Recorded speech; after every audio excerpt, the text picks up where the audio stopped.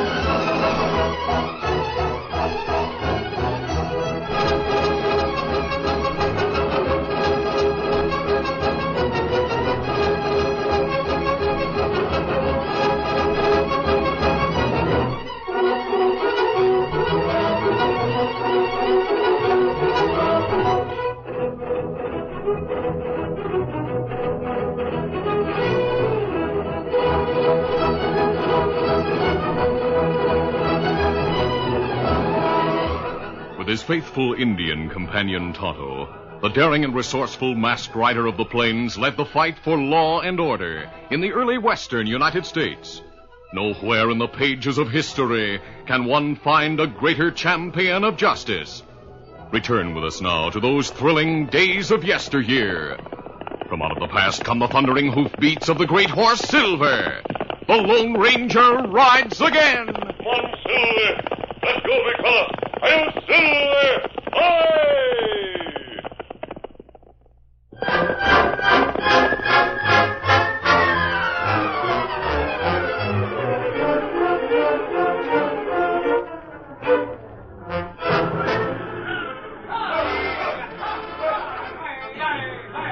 Jose Mendoza, born in Mexico but now an American citizen, watched his trail riders herd the cattle from his lush North Texas ranch on the first stage of a drive to Dodge City.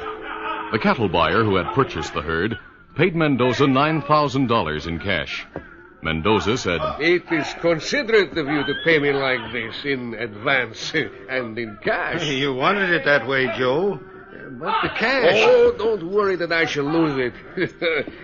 Tomorrow I pay it to my neighbor, Judd Emery, as he paid me cash when I needed the money. Tomorrow he will return my notes, and this ranch will be mine in every way. That is good.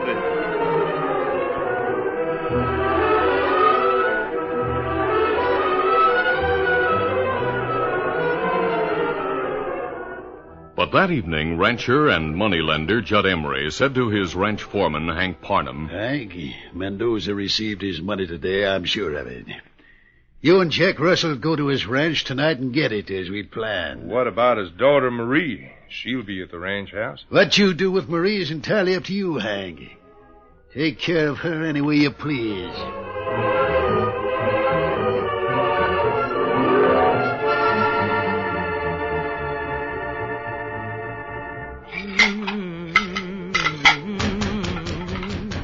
Oh, Maria, someone is at the door. See who it is. Oh, yes, Father. Wait until I finish drying this plate. There. Father, are you expecting someone? Oh, perhaps it is Senor Emery. Whoever it is most impatient. See, I am coming. Wait until I unlock the door. Yes? What can I... Inside, you... Oh! Two men with their faces covered and dressed alike in denims and black sombreros pushed their way into the house, guns drawn. ¿Qué te pasa? Shut up. Sit back in your chair. Go on. Oh, you pig! You keep your hands off my father. All right, come back here, you. Let go of me. Help! Help! Stop yelling. You filthy snake, for that I'm Shut up. Oh, that takes care of him. I'll tie and gag him while he's still out. Well, hurry up and give me a hand with this wildcat. I'll need help to quiet her.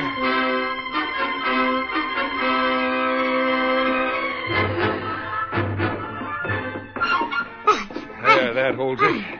Go ahead and struggle, girlie. It's not going to do you any good. Come on, pal, let's search for Joey's money.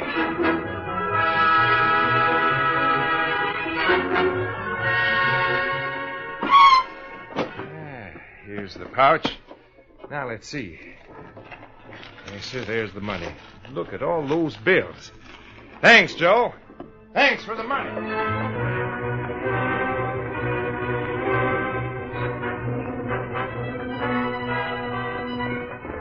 The next morning, the Lone Ranger and Tonto, on their way from the Mexican border to Indian territory, stopped at the ranch of Jose Mendoza, whom they had known since his coming to Texas. It looks as if no one's home or on the ranch, but we'll see.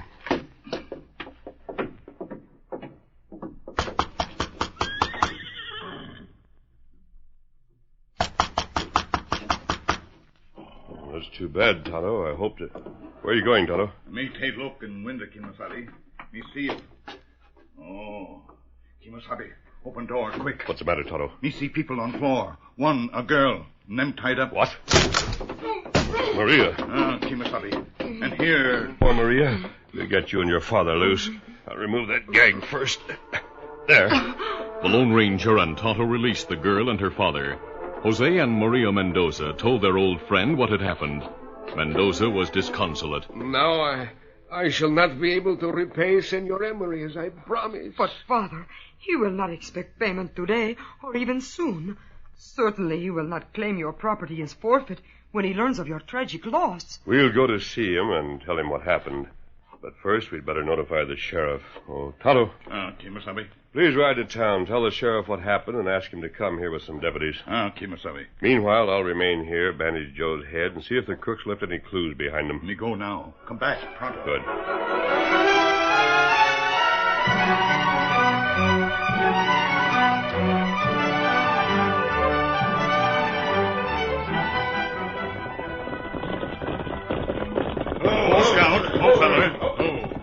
Tonto returned within an hour, accompanied by Sheriff Tom Lawrence and 2 deputies.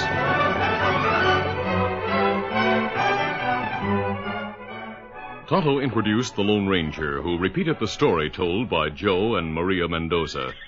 The masked man added, While Tonto was in town, I followed their trail as far as the Stone Basin.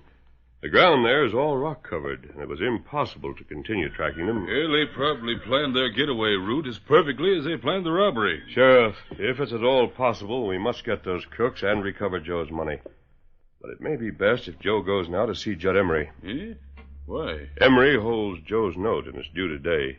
If Joe doesn't pay off, Emery has the right to claim the ranch and this house. But he will never do that when he hears what has happened to us. Yeah, you hope he doesn't, Miss Mendoza. Judd Emery's a strange sort of duck.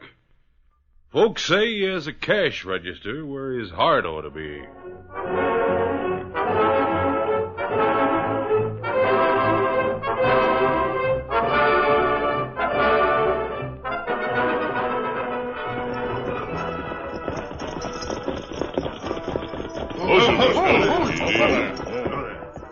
As the entire party rode from the Mendoza ranch to the gate of Judd Emery's property, the Lone Ranger said, Sheriff, because of my mask, it may be better if I wait for you out here among the trees. Whatever you say, mister.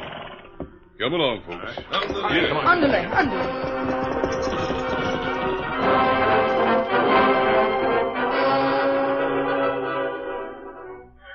Judd Emery, standing near the corral with his foreman, Hank Parnham, frowned as he saw the riders approaching. Hank, what kind of a bungled job did you and Jack pull? Here come the Mendozas, and that's the sheriff with them. Boss, I swear, we tied him so Never tight... mind anymore. Just keep your fool mouth shut and let me handle this situation, whatever it's going to be. All right. Hello, Emery. Hello, Sheriff. Hi, Joe. Bumped your head, did you? See, senor, I get the bad fall. Well, now, don't tell me you had to get the sheriff and these deputies of his to escort you and your money over here. Senor Emery, it grieved me very much to tell you don't have the money to pay off my note. What? Mr. Emery, last night 2 robbers break into our house. They stole the money I had collected to pay you. We're going out and look for them now, Emery. But first, we thought we'd drop by here and, just for the record, ask you to extend Joe's note. Eh? For how long? Oh, this I would not know, Senor Emery. If the sheriff catch the crooks, maybe I have the money for you then. Now, hold on, Joe. Let's not get involved in any tear-producing stories or with promises you can't keep. Do you have the money to pay my note, which is due today? No, but... There are no buts, Joe, I'm sorry. You either pay or you don't pay. And if you don't, well, I'm sure that the agreement we have is legal. You mean you will claim my property? When the courthouse opens tomorrow. Joe, I'm concerned only with your agreement, not with your personal tragedies. I'm sorry. Polecat. Emery, do you want to know what I think? No, Sheriff, I'm not concerned with your thoughts either. Well, Mr. Emery, I would like to ask a question. What? What is the question? You robbed my father, didn't you? Maria! Why, you little... Hold it, boss. Don't let her get you upset. She doesn't know what she's talking about. I know your voice. Sheriff, this man was one of the robbers. What? Me? But yes, Sheriff, the robber was dressed differently, and his voice was not just the same, but I think Lady, you're crazy. Hank, keep out of this. No, if my daughter says she thinks something, it's true, believe me. Miss Mendoza, are you sure of what you said? Well, not positive, but I am almost positive, though. Not positive? Almost positive? What kind of nonsense is this, Sheriff? Hank Parnham is my foreman, and I trust him. For your information, miss, Hank and 3 other men were in my ranch house from supper time last night until almost daylight this morning. All that time, eh? Doing what? Playing cards, that's what. Come inside and I'll prove it to you. And the others will prove I was there. That's court evidence, Sheriff. Guesses by a hysterical girl mean nothing. But I am not hysterical. It is just that when I hear this man talk, I know that... Maria Mendoza, trying to be scrupulously fair, refused to be positive in her identification of Hank Parnham. A short time later, she and the rest of the group left Emery's ranch and rode back to where the Lone Ranger waited, hidden from sight of the ranch. They told the masked man of the meeting with Emery and Hank Parnham. Tonto voiced the group's opinion when he said, Maybe girl, not sure. Just the same, me think what her say true. The trouble is that so far we've nothing to prove they're really mixed up in the robbery. You and your deputies have only started, Sheriff. Yes. Will you allow me to try and prove whether or not Emery and Parnham are involved in the robbery? Well, yeah, sure. Because if Emery ever gets possession of the ranch legally, Joe will never get it back. Yes, from what you tell me, I'm convinced that Emery will go to any extreme to get possession of the property. It's on its way to being the best in the territory. You can be sure he wants it. That's right. What is your plan, mister? First, tell me, Sheriff, what time does the daily stagecoach from the border pass through town? It stops there at 8 in the evening. We passed some of the stagecoach relay stations on our way here. The one before the stop in town is 2 hours south of here. That's right, Kimasabi. So that fits in perfectly. Now, Joe, do you have any male relations in Mexico? Si, senor. A brother, Manuel, I have. He's in Mexico City. Has he ever been here? No. Maria, how would you like to do some play acting to help catch the robbers, perhaps? To do that, I would make myself the greatest actress in all the world. What part do I play? Yourself. The acting will come in hiding your grief when you go to Judd Emery's ranch again. Senor, why must I return there? To bait Emery with a story. If he's guilty, I've an idea he'll respond to your lure like a fish. This sounds interesting. What story do I tell, senor? It'll be about your father's brother, your uncle Manuel. You'll not have to tell any lies, Maria. Oh, senor, that I would not like to do, even if it helped catch the robbers of my father. However, when you talk to Emery, be careful how you phrase your words. If he's dishonest, he'll hear more in your words than you actually say. But what do I say, senor? Go back to his ranch. Tell your story in this manner.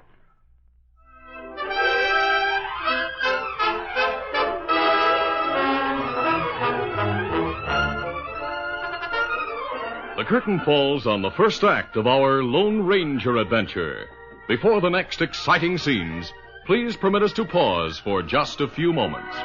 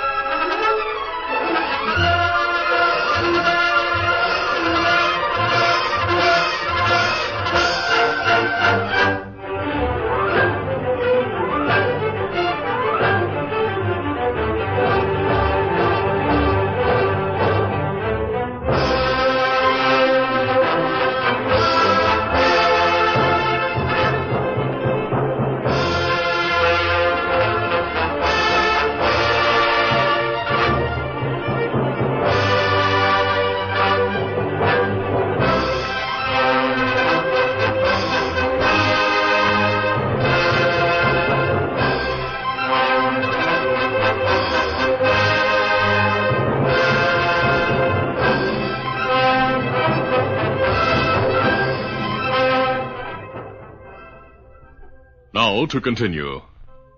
After the Lone Ranger outlined exactly what Maria was to say, the girl returned to Judd Emery's ranch. Who there? Who's... Marie, you again.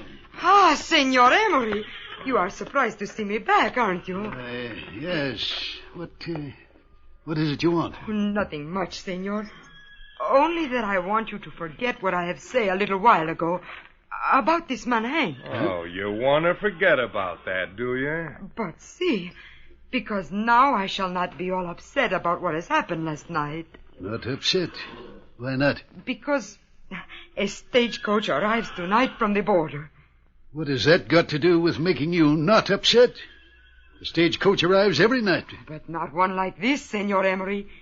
You have heard my father speak perhaps of my Uncle Manuel, my father's brother who lives in Mexico City. I know. You did not know that my father has a rich brother? No. But we did not know that either. That is why when the stagecoach arrives tonight, we shall not have to worry. Not have to worry about what? About losing the house, losing the rancho. The man who is on the stagecoach will see that these things do not happen. You mean this Uncle Manuel is coming from Mexico tonight with enough money to pay off your father's notes? Did I say that, Senor? I know, but... I am afraid I have said too much already. What I came to say, I said at the start. Do not think about what I have said before. Senor Hank, forget about it. Now, adios. I go back to my home. Hey, wait. Hold on a minute, Miss Mendoza. I'll see you later, Senor. After the stagecoach arrives. Adios. Well, I'll be... Boss, what do you know about that, huh? Joe Mendoza has a brother who shows up at the last minute with enough money to snatch the ranch right out of your hands. I can't believe it. Well, at least she doesn't suspect me anymore. And you end up with $9,000 cash. And I'll also end up with Mendoza's ranch as I intended. How? Because you and Jack are going to see that this Manuel Mendoza doesn't arrive in town. You mean you want us to hold up the stagecoach? No, that's not necessary. Late this afternoon, ride to the relay station at the Quinta Crossroads. The stagecoach stops there for 10 minutes while the horses are watered.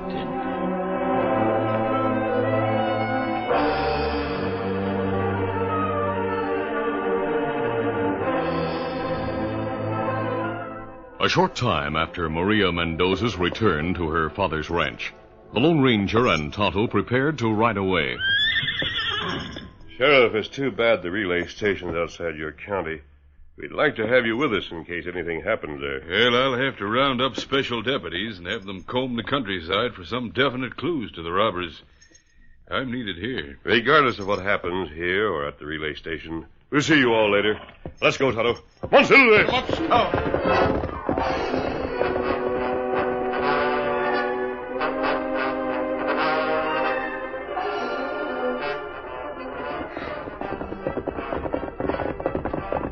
The Lone Ranger and Tonto rode for 2 hours along the back trails until they reached a thickly wooded spot behind the stagecoach relay station. Easy, Scout, easy, fella. Tonto, it'll be dark before 6 o'clock. I'll head down to the station a minute or so before the stagecoach arrives. I'll arrange to get aboard somehow. Sheriff say not many people ride this far north. We'll see if he's right when the time comes. I'm only hoping this gamble will pay off. You change to disguise now, Kimasabi? Yes, Tonto. Please get my saddlebag, will you, while I remove these clothes?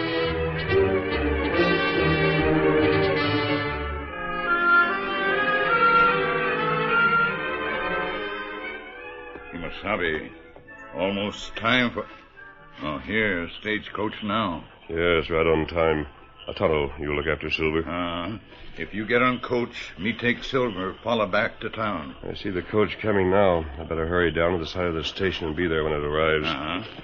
It's dark, and nobody outside the building. Well, here goes.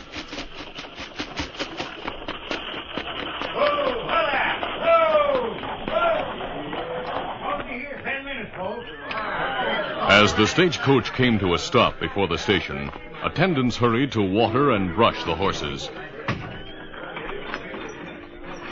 The few passengers on the coach emerged and headed for the cantina, which was part of the relay station. The Lone Ranger, now a distinguished-looking Mexican, came unobtrusively from the shadows at the side of the building and joined the passengers as they went inside. The disguised Mexican was about to approach the driver of the coach and arrange for passage when the outside door opened and a man wearing denims and a black sombrero entered. The Lone Ranger, though he did not know Jack Russell, felt the man's gaze on him. Russell came directly to him. Well, hi, amigo.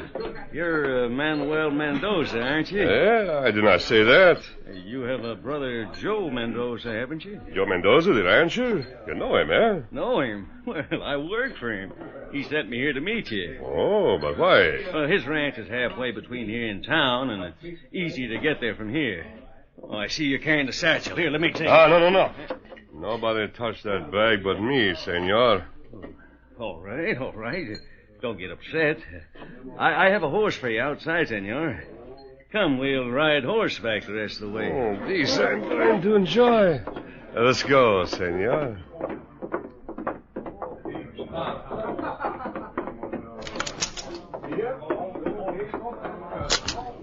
I left the horses down the road a bit. There's too much hurly-burly around the station. Bueno, that is a good idea.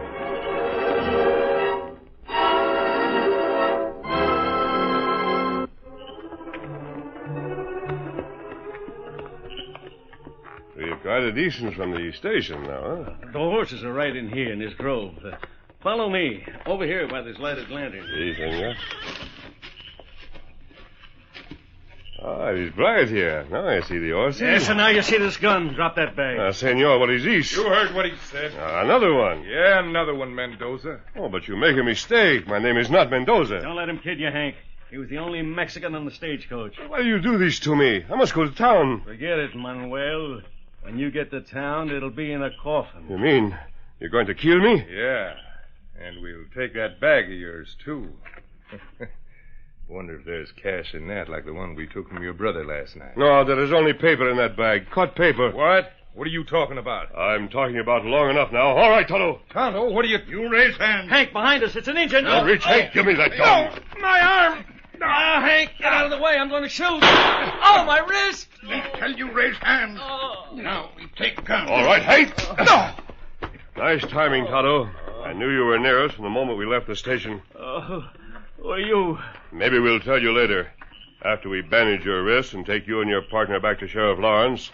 And after we visit your boss, Judd Emery. You're going after Judd? He has Mendoza's money, hasn't he? Well, yes, but...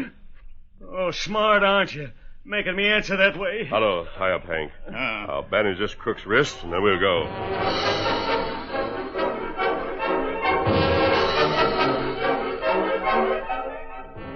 It was nearing 10 o'clock that evening when Judd Emery opened his ranch house door in response to knocking. Inside, you. A masked man with a gun stepped inside and pushed him back into the room. What is this? I've come to get the money, Emery. The money Hank and Jack Russell took from Mendoza last night. What are you talking about? The money you have here. Jack told me it's here. He told me before he was arrested by Sheriff Lawrence. You say Jack was arrested? Yeah, so was Hank Parnham. They're being held now. The sheriff knows the money's here. You mean... I mean he's coming here to recover the money and accuse you of robbing Joe Mendoza. Oh, but he can't do that. I didn't commit any robbery. Did it ever occur to you they may know the serial numbers on the stolen bills? No, I didn't think of that. Well, you'd better. They prove the stolen money's here. You're finished. Masked man, you take the money. Take it and get out of here. I didn't want it anyway. All I wanted was Mendoza's ranch. You want to give me the money so it'll be gone when the sheriff comes? Is that it? Yes.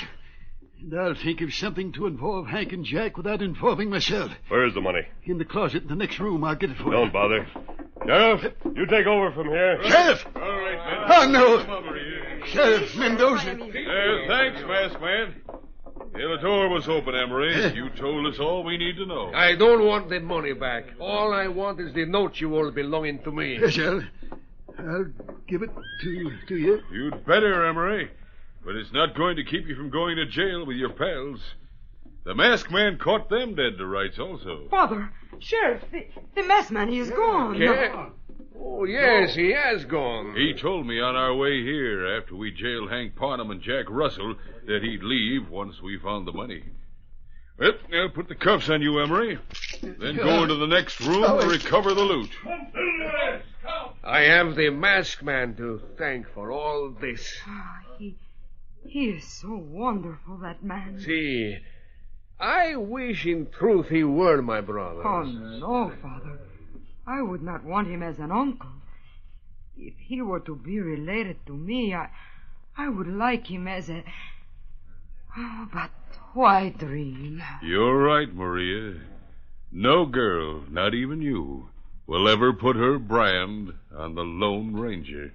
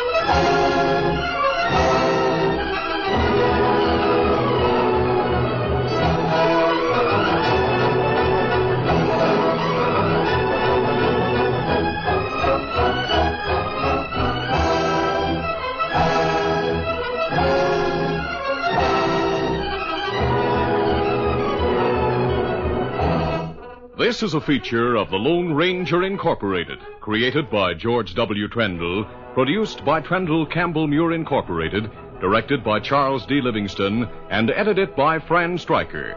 The part of the Lone Ranger is played by Brace Beamer.